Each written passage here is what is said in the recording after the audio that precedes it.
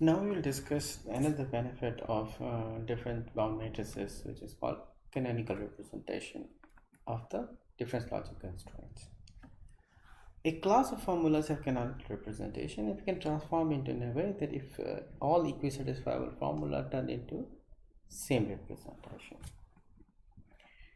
And that is very useful if you want to check implication, equisatisfiability, etc.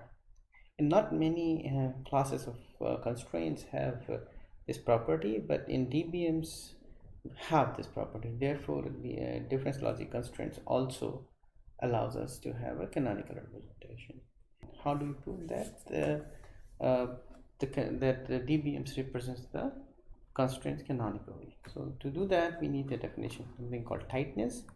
Let's suppose there is a matrix A, DBM matrix, and some entries is not infinite. In that case, if we take the corresponding formula fa, if a model satisfies that formula, then value of the ith variable and jth variable, the difference should be equals to the entry. There must be some assignment where difference is equal to aij. Basically, assignments are touching that boundary. On the other hand, if the aij has an infinite entry, that means you can always find a valuation of variables such that their difference can be made arbitrarily large in your solutions, and therefore you don't have any bound on the assignment. If formula f is sat, then a bullet is tight, and if that is the case, we will have a canonical representation. Let's see how can we prove that. So let's suppose we have a better bound B. Aij bullet has some value, it may be infinite, and you have actual better bound. It says that nobody will get to the actual bound that is represented inside your matrix. The constraints of matrix A bullet implies xi minus xj is less than or equal to b.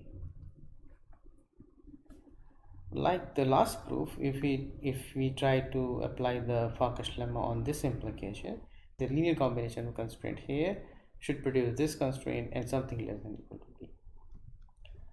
So we can show that there must be a path I0 to IM such that AI0 IM is less than or equal to b, and I0 is equal to I, and IM equal to j.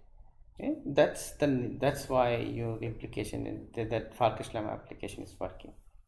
Now if I0 IM has a loop, then the sum along the loop must be positive, because this is since f is sat, therefore there must be a shorter path I to j with a smaller sum,